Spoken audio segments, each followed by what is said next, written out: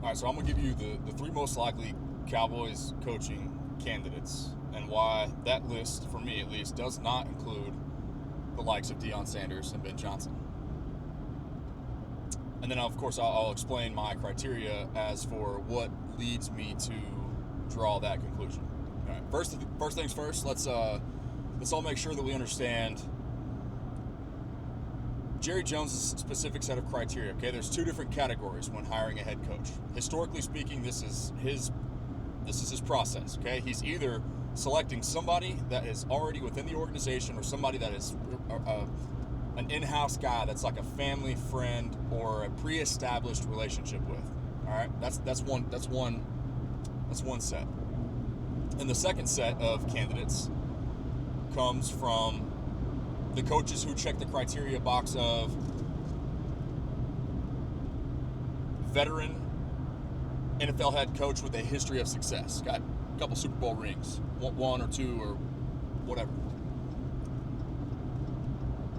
So the names on the list of guys that are, Jerry's very comfortable, familiar with, has a pre-established relationship with, that's obviously, look no further. You got Jimmy Johnson, you got Barry Switzer, you got Dave Campo, you got Jason Garrett, Kellen Moore. And then the coaches who, or potentially Kellen Moore, I should say. And then, of course, you've got the coaches that have skins on the wall, right? A veteran coach with history of success. You look at Wade Phillips, Bill Parcells, Mike McCarthy. Okay, so just to kind of give you an example of what I mean when I'm talking about the specific set of criteria. Now, there's a third subset that there's no history of Jerry Jones diving into as far as plucking his preferred head coaching candidate, and that is the hot up-and-coming offensive mastermind name. The names that are going to be the most, I guess, most Cowboys fans would prefer over anybody else. And that's guys like, of course, Ben Johnson, right? Deion Sanders. I guess Deion doesn't. He obviously falls into the pre-established relationship, but he's the hot young name that doesn't really have any experience coaching in the National Football League whatsoever. So it's Ben Johnson, Joe Brady, Bobby Slowick. I know there's probably a couple other names that I'm missing. Cliff Kingsbury. Okay. Those, to me, we're just going to go ahead and assume that they are not in play here because that, historically speaking, hasn't been the way that the Joneses operate. Now, has not does not mean will not. But for the sake of this exercise here, giving you guys the three most likely candidates and the names to consider, that's how we're going to approach this. Okay? So, and then also, Steve Sarkisian is another one that needs to be mentioned. Lincoln Riley is another one that needs to be mentioned. And, of course, Bill Belichick, who all three of these guys have something in common. They're in the college ranks currently and have buyouts, along with Deion, of at least $10 million. Deion and Bill have a $10 million buyout. Steve Sarkisian has a $45 million buyout. And Lincoln Riley has a $90 million buyout. So none of those are even remotely feasible, even if they were checking the criteria boxes. So, moving past that, and by the way, the Steve Sarkisian thing, I said this yesterday on Instagram. It's another great place to follow me, along with Twitter, at The Lando Show. That's where you'll find, if I can't get to my desk, that's where you'll find my takes pretty much 24/7, around the clock, okay? And the reason why I'm recording this in the truck is I got somewhere to be. I just recorded this exact same project here, and then as I was beginning the upload process, I realized that the audio file was just completely malfunctioned somehow. So, got to redo it, but that's okay. We learn on the fly. We figure things out on the go. Fail forward, baby. Jerry Jones needs to have his comfort challenged. Okay? And then I think when I was finishing my thought there, Steve Sarkisian, I think I already said that. Don't screw up both of my teams with one decision. Okay, we got that. Moving on. Let's start with, of the three names, one of the three I don't necessarily prefer. Okay, and that's Kellen Moore. We're getting into the most likely names category now. Kellen Moore, right? The golden boy. Pre-established relationship. He checks that box, so we're good in that department. Up-and-coming offensive guy, sure. A lot of people may find that sexy, but in my opinion, while I can't necessarily get behind the Kellen Moore thing, you guys followed along with me long enough. You know that 2 years ago, I was very outspoken for Kellen's departure, in favor of, right? Because I subscribe to the idea that as quarterbacks age, once they're past the point of processing being their number one inhibiting factor, which Dak Prescott clearly is, fresh perspective aids their growth. That's how they continue evolving. So I'm going to continue subscribing to that thought process because that is firmly what I believe. This isn't, hot take Lando here. This is my opinion and what I think matters most for quarterbacks, right? There's levels to quarterback evolution, and the guys who continue to evolve and continue challenging themselves are the guys that see and hear new things from different people. Once of course you master the processing. All right. On top of Kellen Moore, right, he does not challenge Jerry Jones's comfort. It is an organization of comfort. It's a family-run business. That's why I'm getting at this, okay? And then we know, obviously, the Cowboys have a tendency. It's part of what makes them the most valuable sports franchise in the world. A lot of times they are more focused on the Joneses, that is, creating headlines than actually building championship-caliber teams. The second name that we need to consider here that is my personal preference, but is less likely than the guy that's my second preference, okay? That's Aaron Glenn. Aaron Glenn, obviously, he checks the pre-established relationship with the Joneses box. He's a former player of the Dallas Cowboys himself as well. And that's a guy that is a leader of men. Just Google Aaron Glenn interview, listen to him talk on the Pivot podcast, listen to him talk when the Giants were featured in the Hard Knocks, listen to him talk in all of their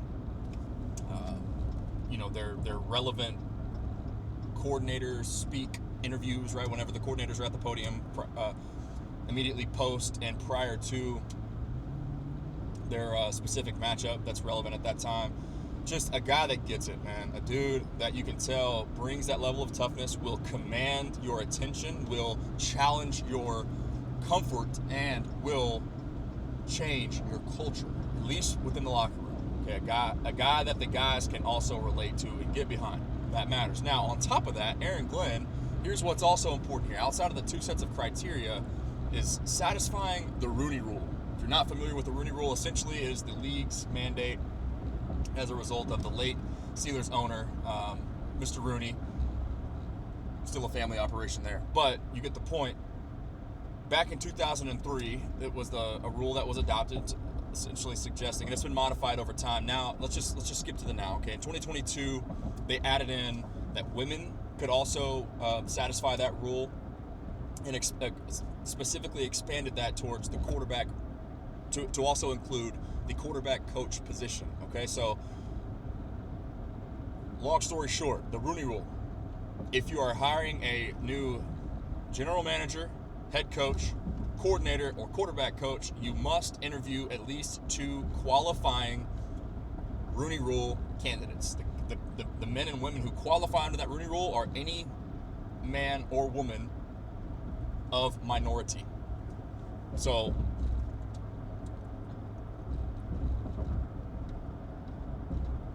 Aaron Glenn obviously checks that box, right? He, alongside Deion Sanders. Aaron Glenn should just look no further than the success that they're having right now, overcoming what they've had to overcome with all the injuries, and the way that he commands the room, the way that I believe that he would bring that level of toughness, physicality, and discipline to not just the defense, but to the entire coaching staff. That's one of the reasons why I subscribe to this team. Like, the league itself as a whole is pivoting away from defensive-minded head coaches, but this Cowboys team, I think, could benefit from that tremendously, just from a culture standpoint, a culture of physicality and complementary football. Aaron Glenn, to me, not only does he satisfy the Rooney Rule, but obviously when there's perks, right? The league has built in bonuses and there are incentives to hiring such candidates, not just interviewing, but also going forward, moving forward and following through with the actual hiring process. They grant you, if you do so, which is hire a candidate that meets the Rooney Rule as your GM, head coach, OC or DC, or I think special teams coordinator also qualifies, and then your quarterback's coach. You get a comp pick. You get a draft pick. So the league rewards you. Hey, here's an extra pick for your services, right? So Aaron Glenn makes just a lot of sense for all those reasons, right? This organization needs to have their culture and their comfort challenged, right? Growth happens outside your comfort zone. Okay, and much like it's a similar thought process from a sports psychology standpoint, right? With the quarterback position, as you age and as you move further along in your career, whatever profession that is, right? You need a nuanced perspective to help continue and refreshen and just aid into your growth. Okay. Now let's get to the name that, as of right now, I think is the most likely head coaching candidate for the Dallas Cowboys, and that is John Gruden. Now, let me explain. John Gruden, most certainly that alpha mentality, much like Mike Vrabel was. He was a guy that I would have been all aboard the hype train for. But John Gruden would challenge your comfort. He would tolerate zero BS. He would maximize your quarterback play, which there's a long laundry list of him, of examples of him doing. And also he would pride himself on, much like Aaron Glenn, the physicality, the toughness, the discipline, and running the football, playing complementary across the board. John Gruden would accomplish all that. The one thing that he can't bring that Aaron Glenn does, obviously, is satisfying the Rooney Rule. He is not a minority coach candidate. And this car doesn't understand how roundabouts work. You almost just got your butt T-boned. That's all right. That's why I'm paying attention. I'm expecting the unexpected out here. Dog eat dog world. John Gruden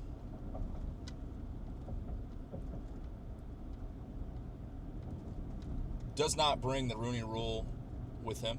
He does not satisfy that rule. But what he does bring that Aaron Glenn can't is, of course, a scandal. Which owner, I should say, in the entire National Football League would love nothing more than to, let's just say, stick it to Roger Goodell, the commissioner of the NFL. That, in my opinion, would absolutely be Jerry Jones. The same owner who's already tried to have him overthrown, to get him fired from the position that he currently holds, right, as commissioner of the National Football League. It would be a headline, a storyline, a front page news over every talking head, mainstream media, sports outlet. It would be, oh my gosh, Jerry Jones is a racist because he hired a racist. Or, oh my God, Jerry Jones is misogynistic because he hired a guy who made misogynistic comments. Oh my God, Jerry Jones this, Jerry Jones that, John Gruden, how in the world could you ever? On top of that, the headlines that go along with it, which Jerry Jones absolutely loves, which is why, once again, Deion Sanders, alongside Ben Johnson, they'll interview him. Deion satisfies the Rooney Rule. That checks that box. But Deion, I take him at face value. He's been outspoken, and he's been passionate about his purpose in this life being to inspire and impact young men.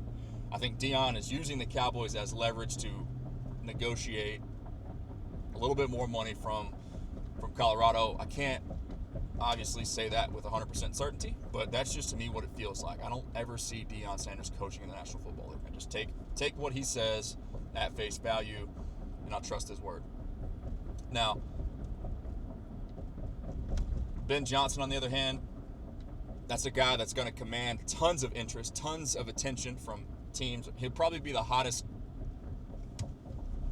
potential head coaching candidate for everybody, and for good reason, right? The things that he's able to do, the nuance in the running game, the way that he's able to marry the running game to the passing game. And let's just keep it simple here. Turn Jared Goff into a quarterback that most people would probably today consider a top 5 quarterback. That's crazy 2 years ago to think about. Ben Johnson's going to cost a lot of money. He will use every other team as leverage against every other team, and he will probably be the highest paid NFL head coach in the entire league. And as we know, as crazy as it sounds, yes, there is such a thing as too much money, too expensive for Jerry Jones. So that's why Ben Johnson's not going to be the guy, in my opinion. That's why Deion Sanders won't be the guy, in my opinion. Would I love both of those guys? Absolutely. But John Gruden, the one thing that he does that no other candidate possibly can is check both boxes. He'll wow Jerry with his hardware on his finger. He also has a pre-established relationship with the Joneses. He brings that scandal along with him, which that alongside, more or less sticking it to Roger Goodell is the pot sweetener for the arguments for John Gruden, right? But then all of the other things, the actual football-related things, right? I think that's one of the maybe 2 or 3 guys that of possible candidates that would come with the prerequisite of, hey, I'll come coach for you, Jerry Jones, but you better sit the F down and stay the F out of my way and let me do it. Let me do my job. Unlike Mike McCarthy, unlike Jason Garrett, unlike many previous examples, the puppets, if you will, that preceded them. I think John Gruden would bring an element of that. Once again, the alpha mentality, that culture shock that this organization desperately needs. That's why I was on board with Bill Belichick. Not necessarily that he would be the best and most suitable candidate, but the fact that he would challenge the Joneses' current order of operations. That matters. The culture change. The challenging of comfort and complacency. It's a lot of C's and a lot of play on words. I get it. But that is why John Gruden, and for me, is the most likely new head coach of the Dallas Cowboys, at least as of right now. Worth mentioning Mike Zimmer. I think that's a guy, an in-house guy that could be a potential candidate, right? Just the work that he was able to do as far as maximizing DeMarvin Overshown, Micah Parsons, and overcoming the things that he had to overcome with the hand that he was dealt, the organization not spending in team building and free agency, essentially clearing the cap in the books to wipe the slate clean this year, which they clearly did. Zero depth in the trenches, at least in the middle, right, with their defensive tackle position, and still giving teams fits, man, for the first half or 3 quarters down the stretch, even despite having no Dak Prescott.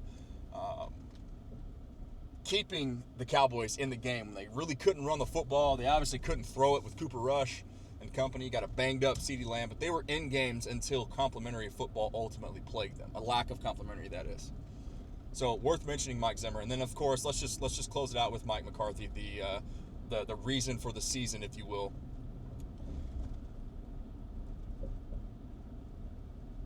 There's a difference of opinion right now as to whose preference this was. The parting of ways, whether or not that was mutual, whether that was Mike's decision, whether that was Jerry's decision. I'll just speak for both parties right now when I say that I think that this is actually the best case scenario for both parties. For the Joneses, they get that fresh perspective, potentially have no other choice but to bring in somebody that challenges their comfort and their perspective. But for Mike McCarthy, more importantly, he gets away from this organization of just hyper control, and in theory, you'd like to hope will go somewhere where a team will do all the necessary financial spending and team building things to give him the best chance at success moving forward. That is important. I think that's real. I think that matters. There's so much more to break down on this. I was trying to do this as fast as I can, but I am at my I have arrived at my destination. So unless in the next 30 seconds here between now and me parking this here truck, I think that's it. But you guys let me know what kind of questions you have, where you think I'm wrong, and what your preference might be. Okay? But in the meantime, thank you to my friends over at Waggle. GetYourWaggleOn.com. That's the fit. Anytime you see me posting something, I'm most likely going to be wearing a hat a jacket, pants, shorts, or all of the aforementioned. Here's another one right here. It's one of my favorite Waggle hats. Fastest growing golf company in the business, but the best part about them is you don't got to be a golfer or love golf to love their stuff, because they have something that relates to everybody. And on top of that too, thank you to my friends over at Recover. Appreciate y'all. The best sports rehydration drink or otherwise, something that you can just sip on, a clean but really good, really quality tasting drink that you can enjoy, man. I take these things everywhere with me, keep them stocked. Really good stuff and really good people. And of course, as always, prayer changes things, guys. Let go and let God, and